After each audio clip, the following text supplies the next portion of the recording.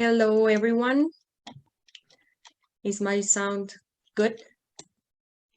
Great. We shall get started. Welcome to the first of our webinars on education in environmental peace building from learning to practice. From the Education Interest Group, we are honored to host this webinar series as part of the Road to Geneva, events that lead to the Second International Conference on Environmental Peace Building. I'm Alejandra Cely, and I'm from Bogota, Colombia, just if you haven't already noticed by my accent. I'll be moderating today's panel, and before we start, we have some welcoming words from Carl Bruch, Director of the International Program at the Environmental Law Institute and founding President of the Environmental Peace Building Association. Welcome, Carl, and the word's yours. Alejandra, and welcome everyone. It's really exciting to be here, and I'm looking forward to this discussion. For those who are not familiar with the Environmental Peace Building Association, we are the premier global association that brings together researchers, practitioners, and decision makers working on issues of environment, conflict, and peace. We currently comprise 400 people in more than 20 institutions in 66 countries. And much of our work is through interest groups such as this, which bring together people, students, professionals, professors, trainers, decision makers to collaborate in areas of shared interest. And one of the really exciting things about this particular initiative is that, yes, we have a meeting today. We have 3 more webinars, and then the findings will be synthesized and presented at the Second International Conference in Geneva, February 2nd through 4th. And then we are looking at taking it forward from there. And so there's been a lot of innovation, a lot of different ways of thinking about and teaching these issues, and this is a really important step in taking stock of what have we tried, what's worked, what have we learned. So I'm very much looking forward to the discussion, and I want to thank the Education Interest Group and the chairs for pulling this together. This is an amazing series, so thank you.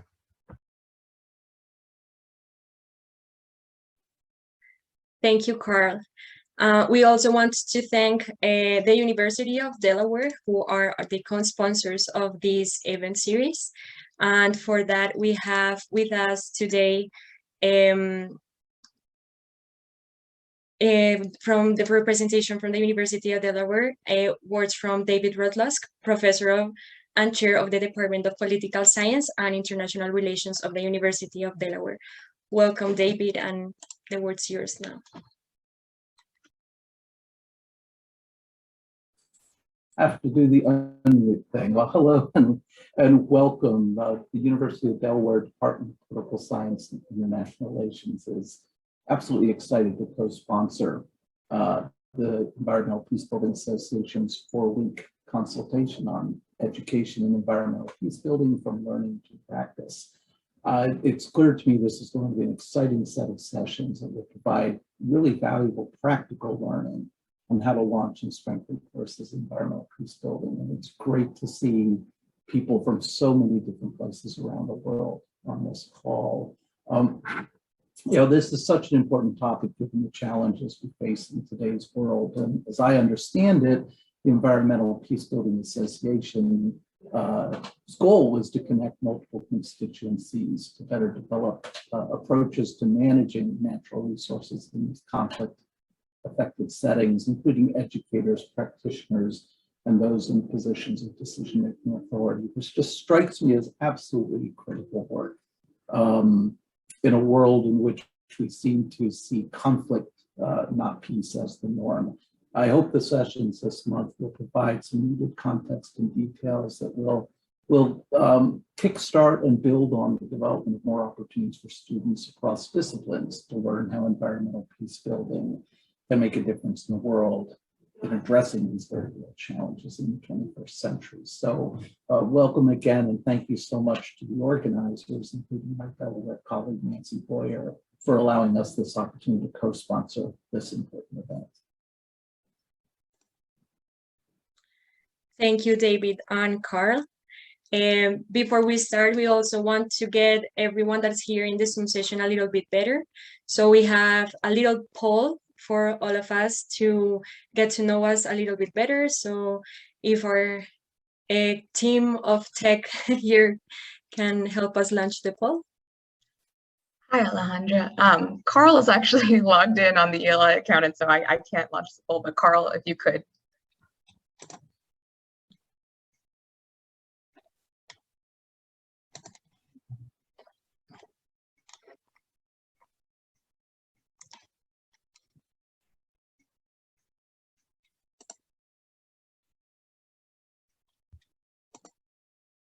There we are getting our responses and everything. Yes.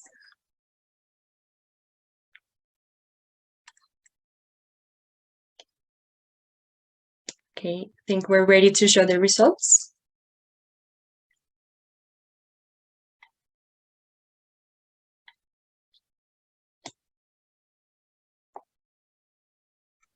Is that showing?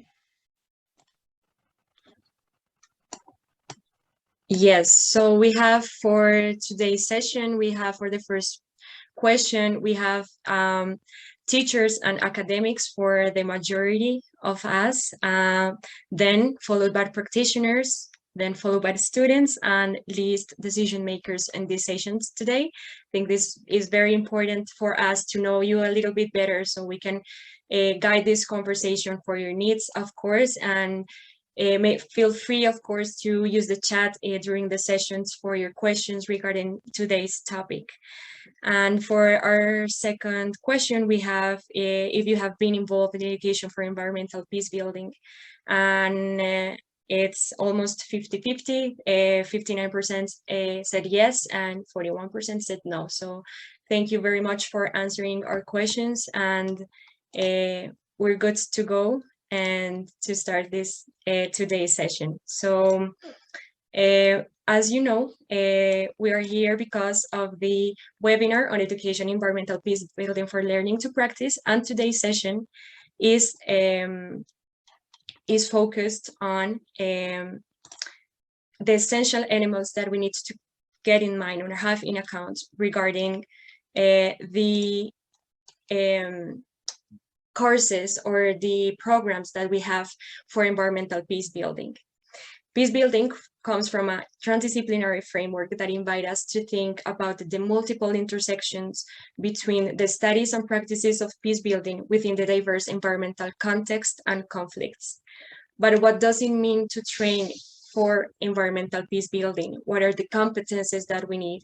How to do it? And what are, again, those essential elements to keep in mind?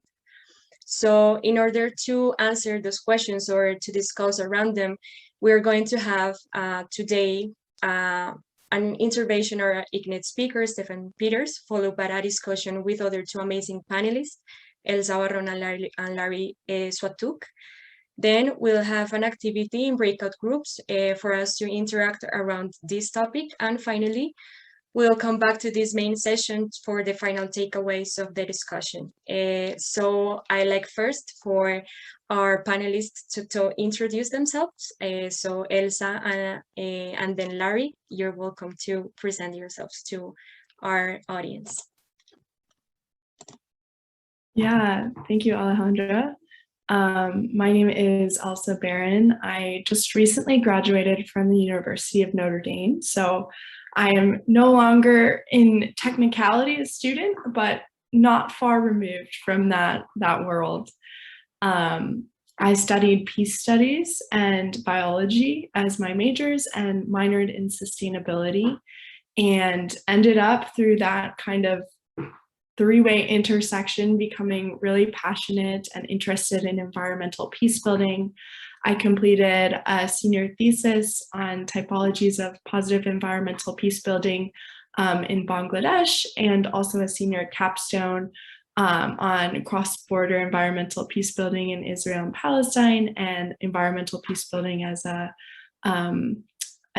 method of resistance to oppression. And so it was, a big focus of my time as a student, and yet there was no formal program in environmental peace building. And so I'm hoping today to be able to share, what I would imagine that to be, and also how to even cultivate spaces for environmental peace building if there is no formal space or, degree program in that area. So that's me. Thank you. Good afternoon, everyone. I'd like to begin by saying that I'm coming to you from the traditional unceded territory of the Maliseet and Mi'kmaq peoples. I'm here in Eastern Canada in New Brunswick, and I am currently a professor at the University of Waterloo in Ontario, though I haven't been there for almost 2 years now, teaching remotely. My connection with this environmental peace building beast that we're going to unpack today, I think it goes back probably around 20 years. In the early 90s, I wrote a paper about the coming order in Southern Africa. It was sort of the anti-discourse. It remains a kind of an anti-discourse. So everybody keeps talking about the anarchy that's coming with environmental dismay.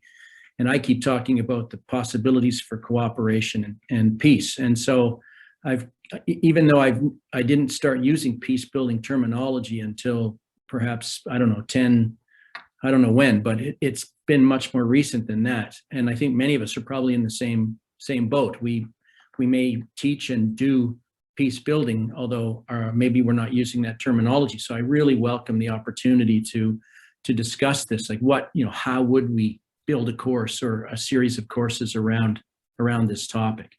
So I'll leave it at that. I don't want to say any more about myself because I'm more interested to hear what we all have to say. Thank you, Larry. Today, our Ignite speaker, Stefan Peters, couldn't join us on the session, but now it's my turn to present him. He is an academic director of the Colombia German Institute for Peace here in Colombia. He is a political scientist, and his PhD focused on education and social inequalities in Latin America. Some of his research topics involve memory studies, transitional justice, social environmental conflicts, and development models based on natural resources, with an emphasis on Latin America. Even though Stefan Peters couldn't join us today, he did send us his insights, and I'm completely sure that it's going to get this conversation started. So I'm going now to share my screen. If someone please can confirm that everything's working again, so that it sounds as it should.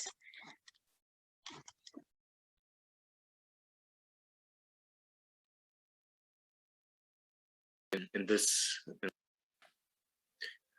So good morning, good afternoon, everyone, and thank you very much for the invitation. And well, I'm really sorry that I cannot be with you in this seminar, but I hope that this video will also work out. So I would just like to start on some idea about environmental peace building. Generally, when we talk about environment problems, climate change, especially in peace and conflict studies, there are rather bleak scenarios. The next war in the Middle East will be fought over water, not politics. Boutros Ghali. Or Ban Ki-moon, water scarcity threatens economic and social gains and is a potent fuel for wars and conflict. So, and we could have a lot of more of similar quotes from high politics. But also when it comes to academia, we see here, for example, among the many sovereign projections of harm to be caused by climate change, is this eye-popping statistic. On average, according to economists, a rise in local temperature of 0.5 degree Celsius is associated with 10 to 20% increase in the risk of deadly conflict.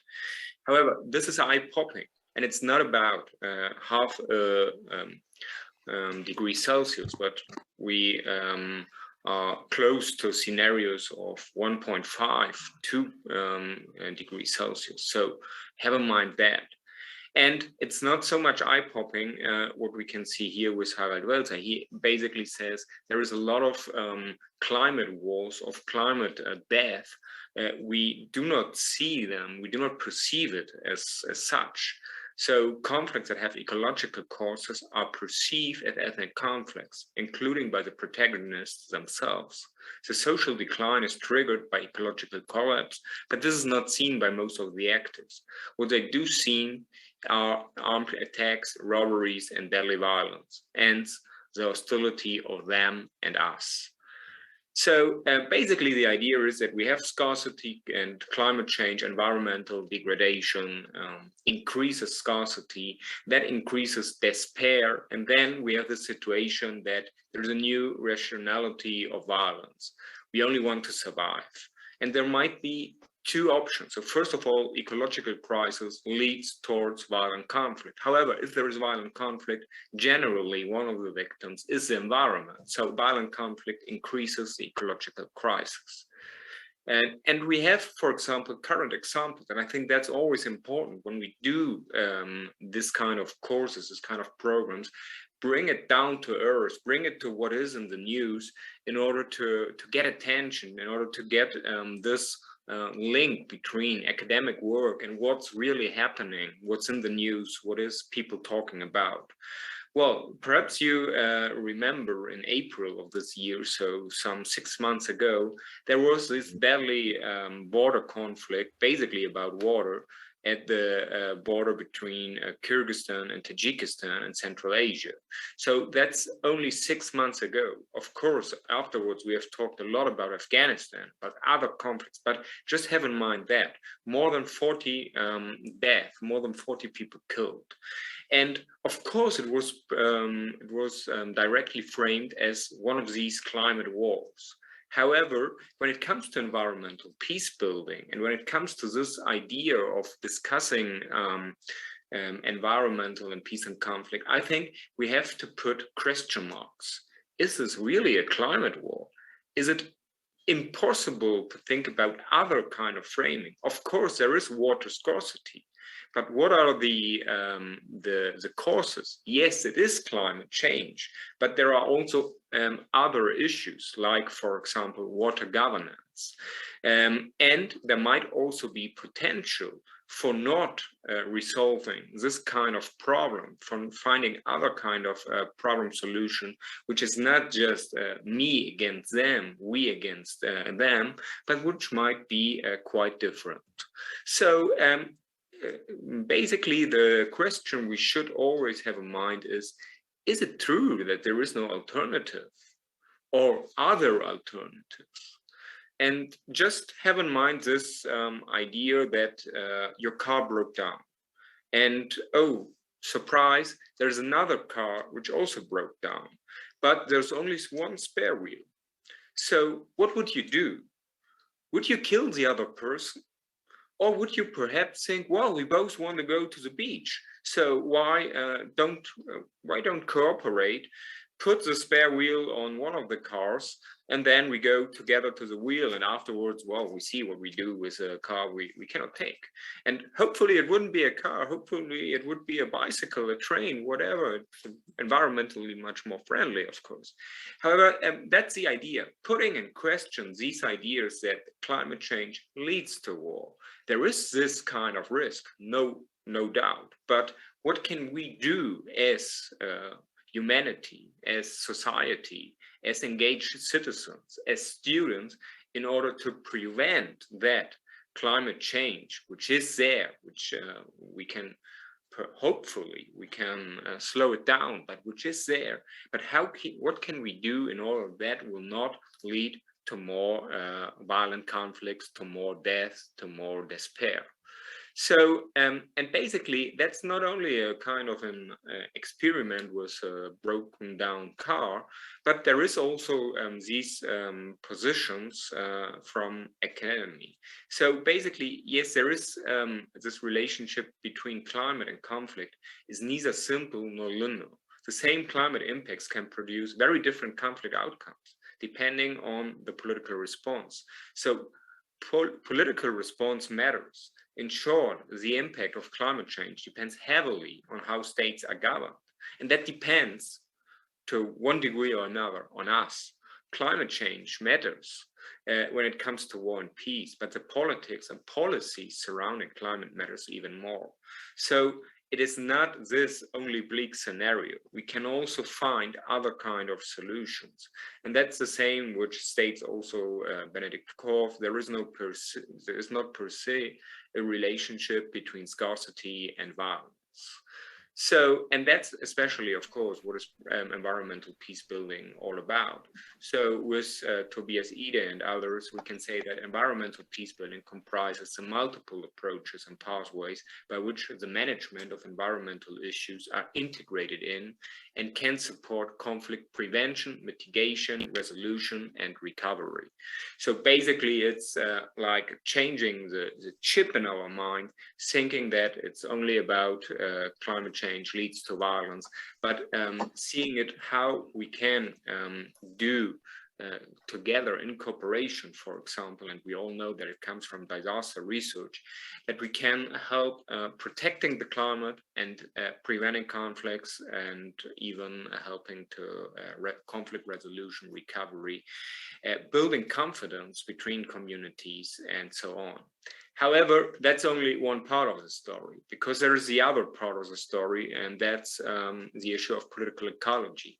And I think when we talk about environmental peace building, of course, we have to see this different perspectives, this different theoretical backgrounds, but also different methodological approaches. And especially thinking on, for me, it's very important questions raised by political ecology.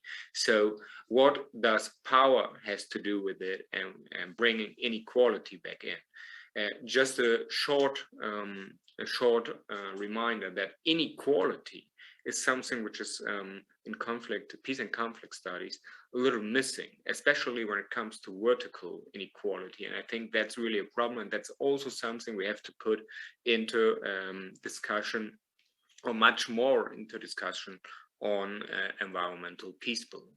Let me just give you 3 or 4 ideas which might be topics, and that's our sometimes more, sometimes less emerging topics, which we could and should perhaps talk about in such programs on environmental peace building.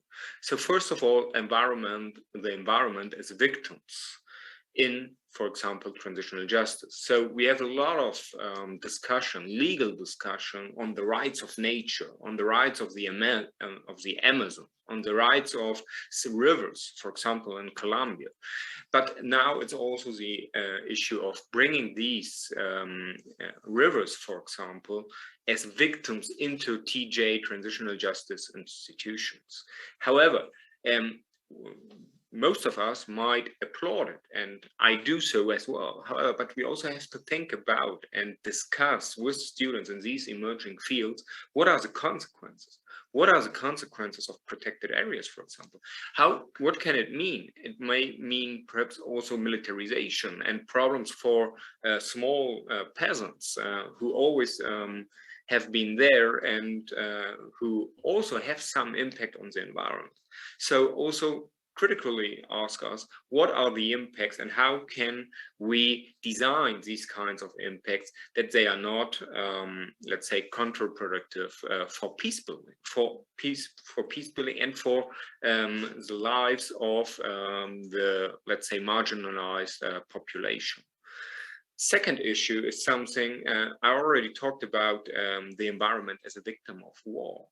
But unfortunately, and we can see it in Colombia, for example, and we will see it in a new publication of the Science Panel for the Amazon, that in Colombia, and the same is true for other examples, there is a kind of a increasing post-conflict deforestation. And that's, of course, especially in the Colombian Amazon, that's very worrying. However, that is not a natural law. There are political decisions, there are economic decisions, and that it's about the development model. So we have to bridge the discussions of development studies and, for example, environmental peace building. What kind of development do we want? And what are the implications for the environment, but also for peaceful societies? A third issue, and well, I generally talk about Latin America, so I'm a Latin Americanist, so please, yeah, it's just about the examples. The issue of bioresource, of biodiversity.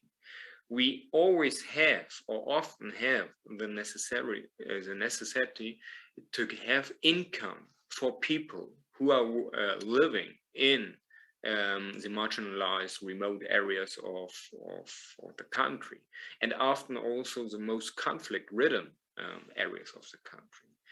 And if there isn't an income, there is a lot of, it's not linear, it's not simple, but there is a lot of risk that people will be, for example, recruited by elite groups. So we need that, and there is a lot of potential in biodiversity. However, there's also a lot of risk. And there is these big companies who have a lot of ideas, who have a lot of money, who have a lot of power, and who want to get these bioresources. So how can we do to level this playing field between big companies, perhaps also state institutions and local communities? And I think that's also an issue we have to have in mind. And last but not least, just give me 2 minutes in order to talk about this kind of the darker side of sustainability. So when it comes to the energy transition, to the, for example, in Europe, the European Green Deal and Fit for 55, that's right. So all these fancy slogans of European Union. And yes, I think politicians did understand we have to get out of oil. We have to get out of fossil fuels. However, the idea of politicians is to tell us citizens that don't worry, you don't have to change too much. Buy electric cars or other kind of innovation. So we will fix the climate problem with innovation.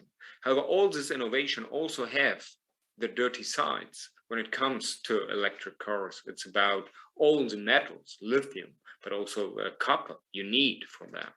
Or when it comes, for example, to wind energy, There is a very worrying example from the Amazon, from Ecuador, but also from Colombia, that there is a kind of a wood, a very light wood, a balsa, I'm not sure what it's in English, which is needed, for example, for wind energy, especially in China. There's a lot of demand. So what happens? There is no regulation and there is deforestation. It's rather a Wild West scenario with a lot of conflicts with local communities. Or the last issue, the last example I want to bring is, for example, the German Development Corporation is really excited on the possibility to produce green hydrogen. So with solar energy, wind energy, and producing alternatives ways, alternatives to oil, and they also talk about green oil or something like that. However, that might also bring land use conflicts, and it's some kind of green extractivism. And even we can think about green rentier societies when it comes from rentier theory and all the problems that might bring for economic development, social development, political development, and of course also social environmental issues. So see also these kind of conflicts which have to do with the energy transition. So just to come to an end, and that's my basic contribution I would like to do in this talk. So environmental peace building for whom? Bringing back social inequalities, vertical social inequalities, who benefits and who not.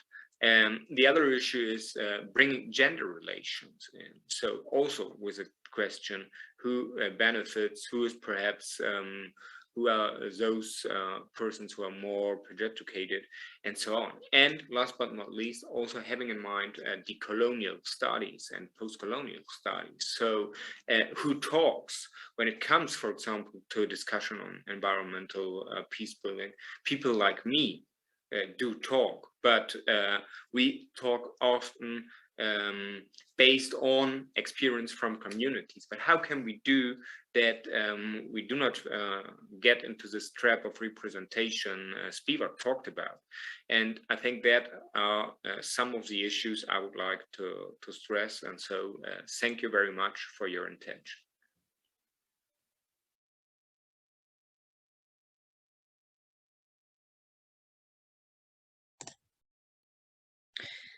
Okay, I think Stefan led us a lot of things in mind and a lot of insights to keep in mind.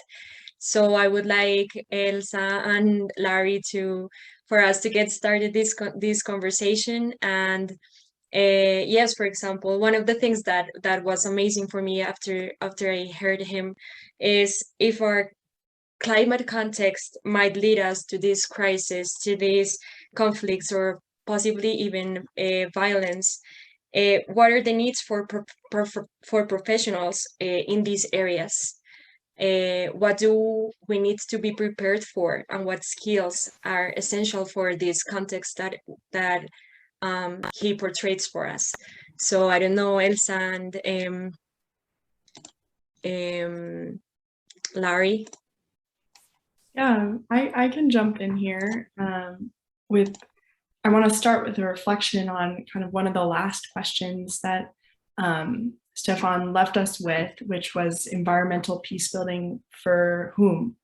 And I think that is really important to consider, especially when framing a course in environmental peace building or working to educate in this area, is the real importance of learning from experts who are often grassroots actors on the ground who can speak to lived experience working, in conflict resolution through, working with organizations who might be relevant to this area. I think that in response to his question is one of the best ways to continue that conversation about who actually does environmental peace building and who does it benefit, and maybe interrogate how the conversations could be disjointed or brought together in a way that could be could really connect the academic community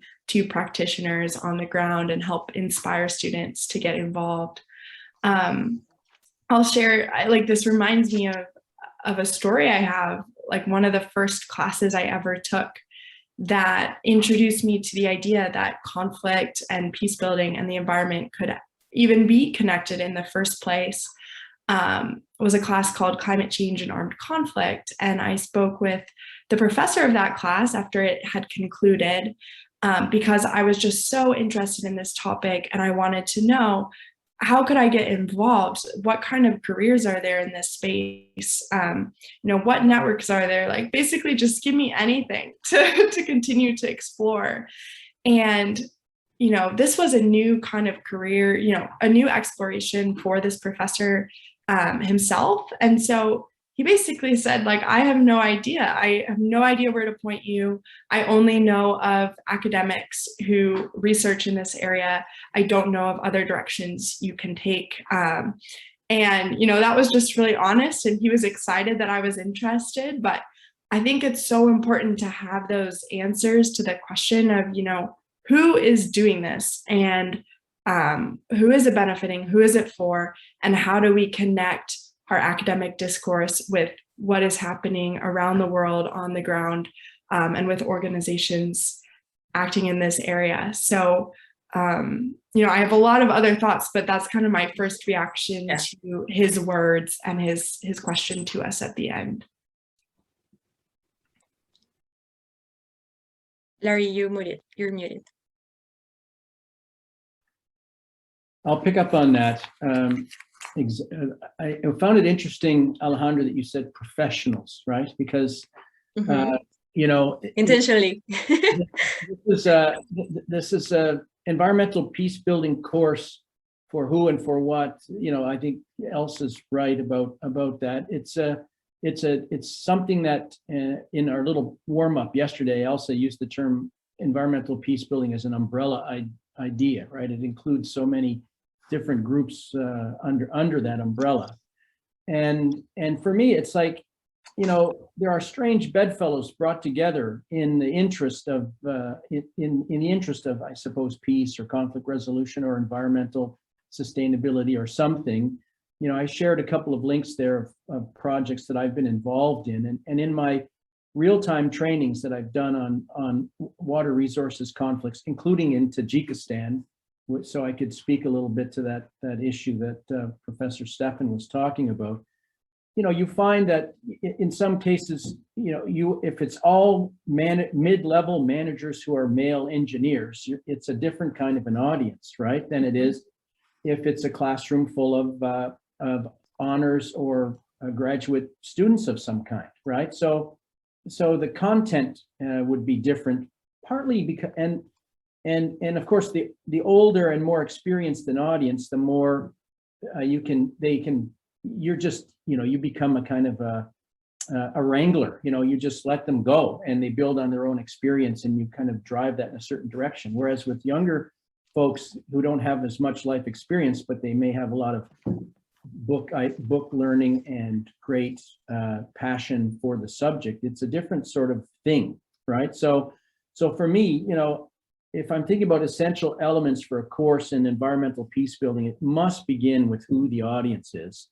But on the other hand, I think we also have to acknowledge that what we're doing is we're mixing the normative with the objective, right? Because to say we're interested in environmental peace building peace is a normative activity, right? And so then what is the course intended to do? Is it an introductory to the landscape of the subject area, or do you want to make peace builders who are ready for entry, who can seize an opportunity? I would argue that the border disputes that are going on in the Central African state or Central Asian states, Kyrgyzstan, Uzbekistan, Kazakhstan, Tajikistan, all hangovers from the Soviet days, that is ripe for resolution. And I would say maybe water becomes a conduit for cooperation rather than a conduit for conflict. And I would love to, let's build a course and run it in Dushanbe, for example. I would be more than happy to do that. So that's the normative side, right? But then you'd have to say, well, what's on the objective side?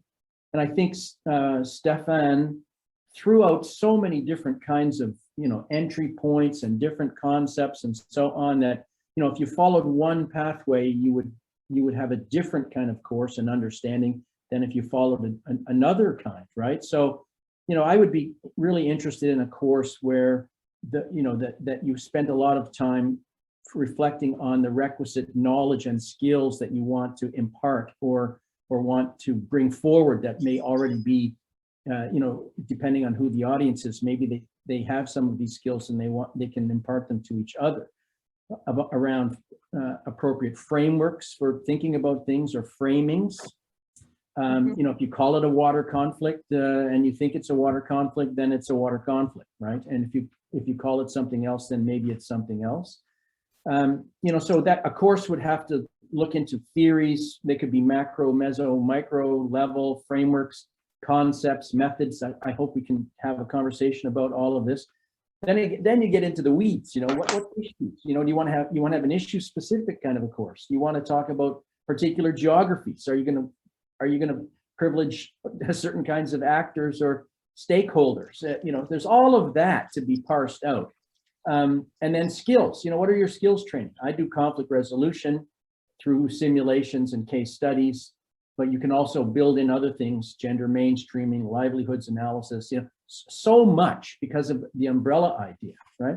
So then the last thing I wanted to say about in relation to this is that, okay, if it's, who's it for and for what, how long is this course going to be?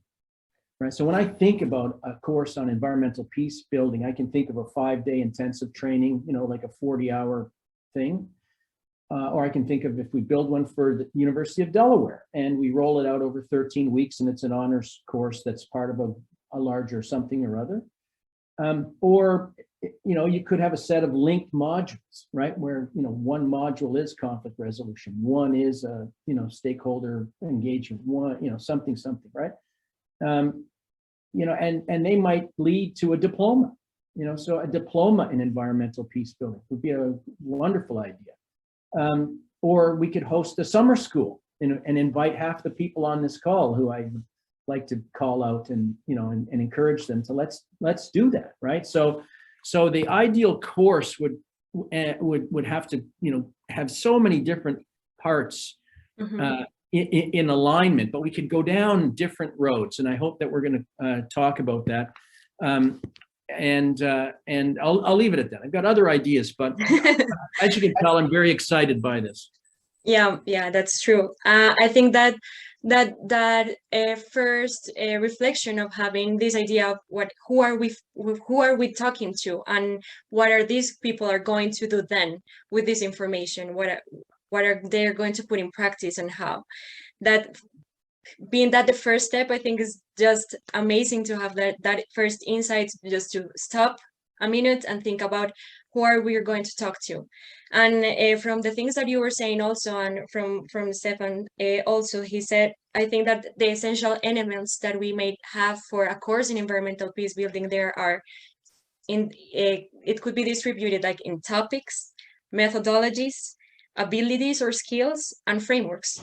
So we have the essential elements could be all of these type of situations, and the answer for these essential elements for a course that I want to create, maybe it's depending on that actor that we're talking to, or to the participant that's going to join the course. In my case, for example, when I do education, I do it directly to leaders and grassroots communities. So maybe the theory, it's going to be important, but maybe not as important as maybe skills or maybe memory issues.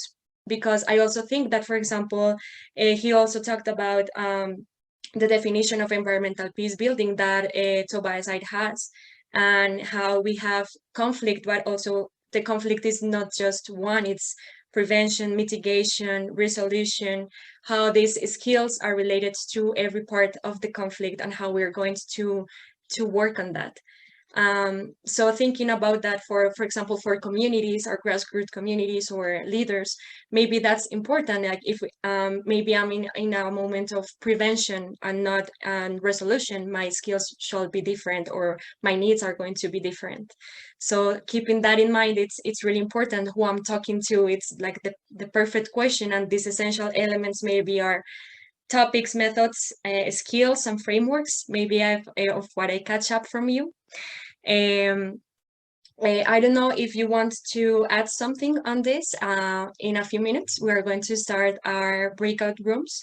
The idea is that right now we are 24 participants right now in the session. So the idea is we can have 4 groups. So it would be 5, a little bit more, 5 or 6 in each group. And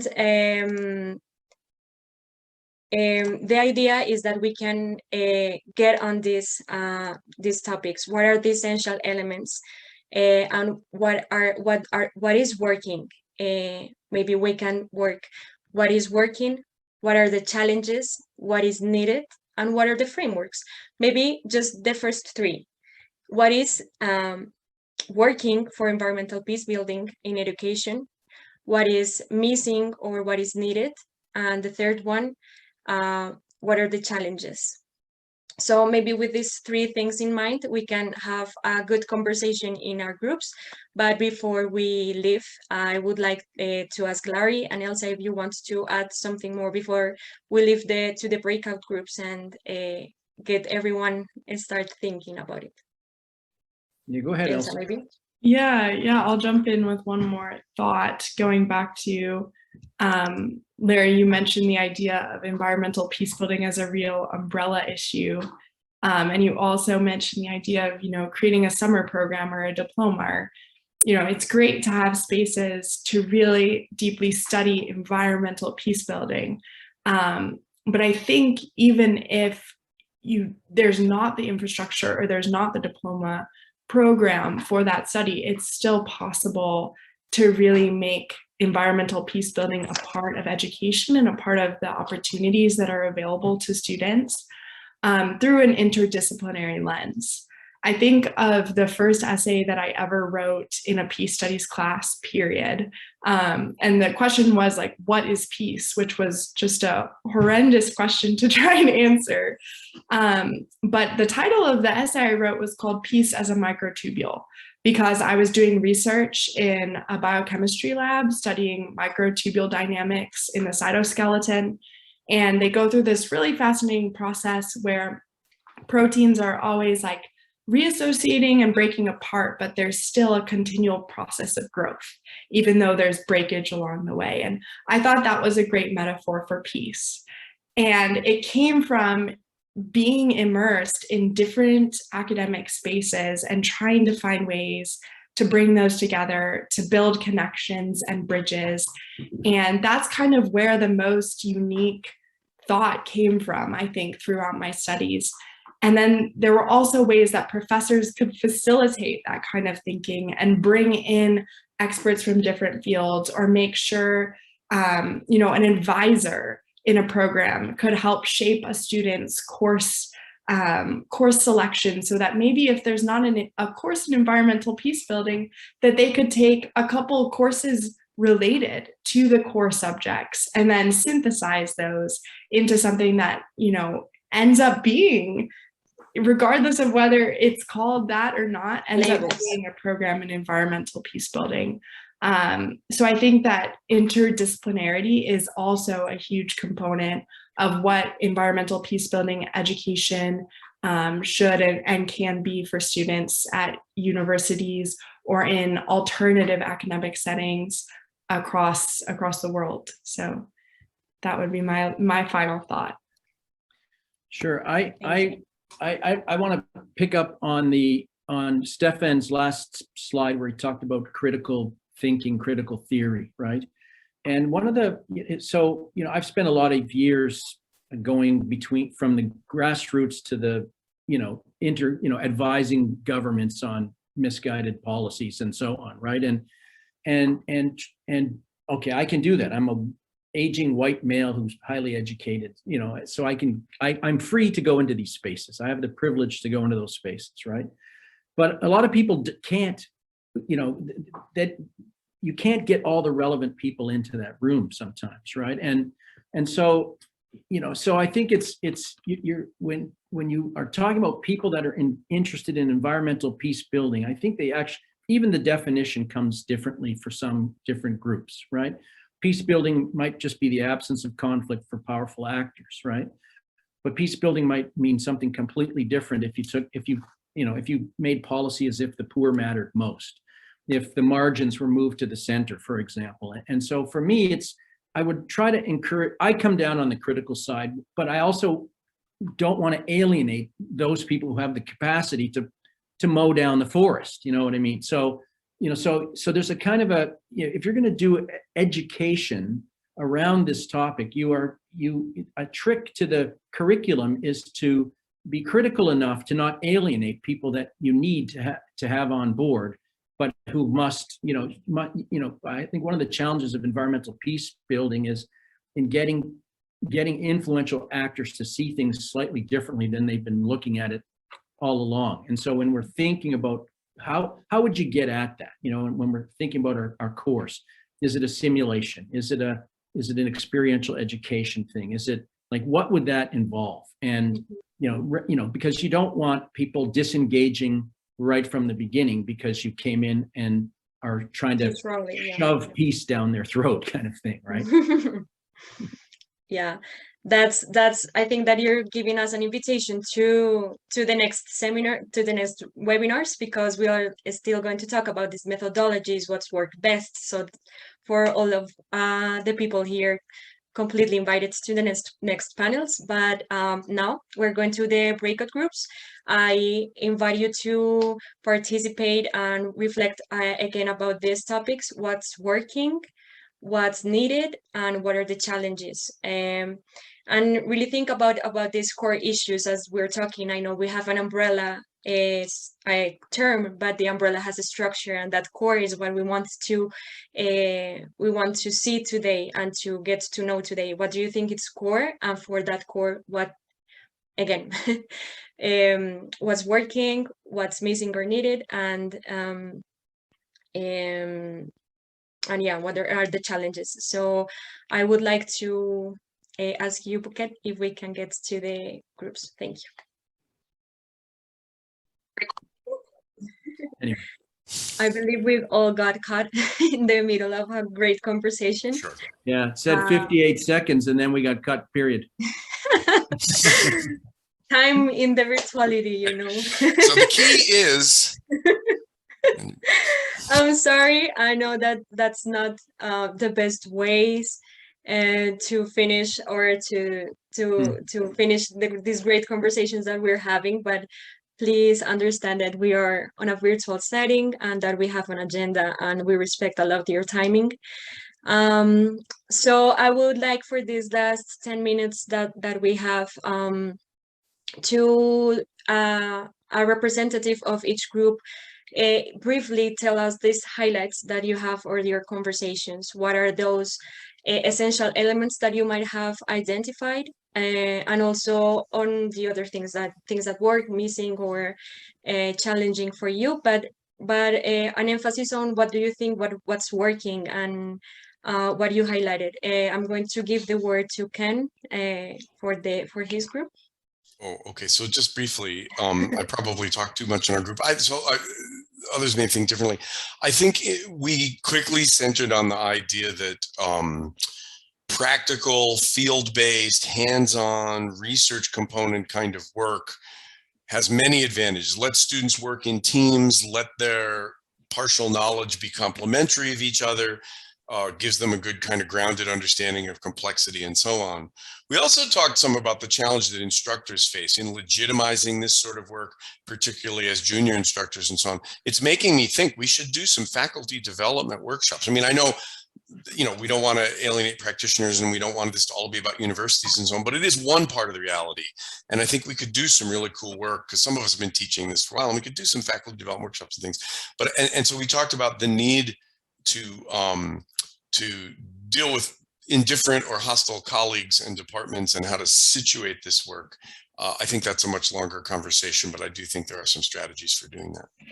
Yeah, and also talking about peace and justice, how to address them, not make them the same, but also don't completely separate them.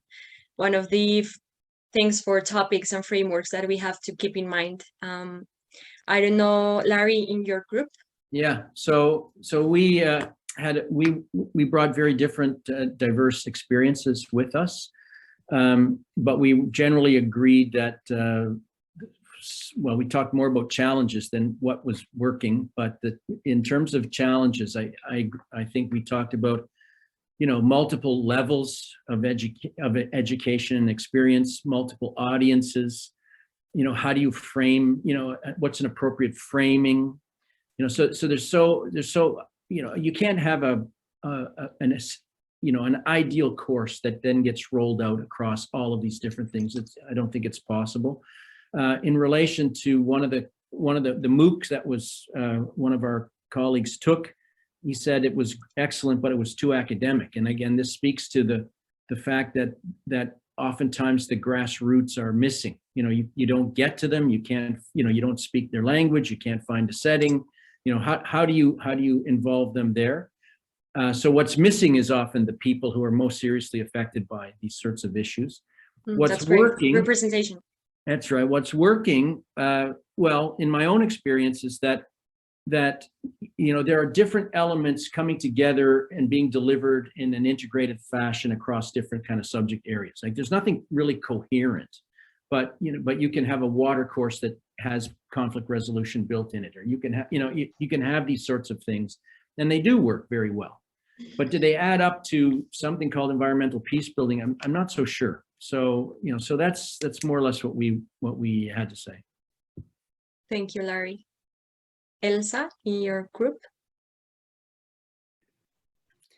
Yeah, we actually kind of had a number of similar reflections to what's already been said in terms of, you know, the importance of the hands-on experience and not alienating the academic world or the, you know, hands-on practitioner world, but actually connecting them and offering opportunities for students to engage in that way as a part of the education and as a foundational, crucial part of that work. And our room, you know, had people from around the world, you know, from Israel to Zimbabwe to the United States.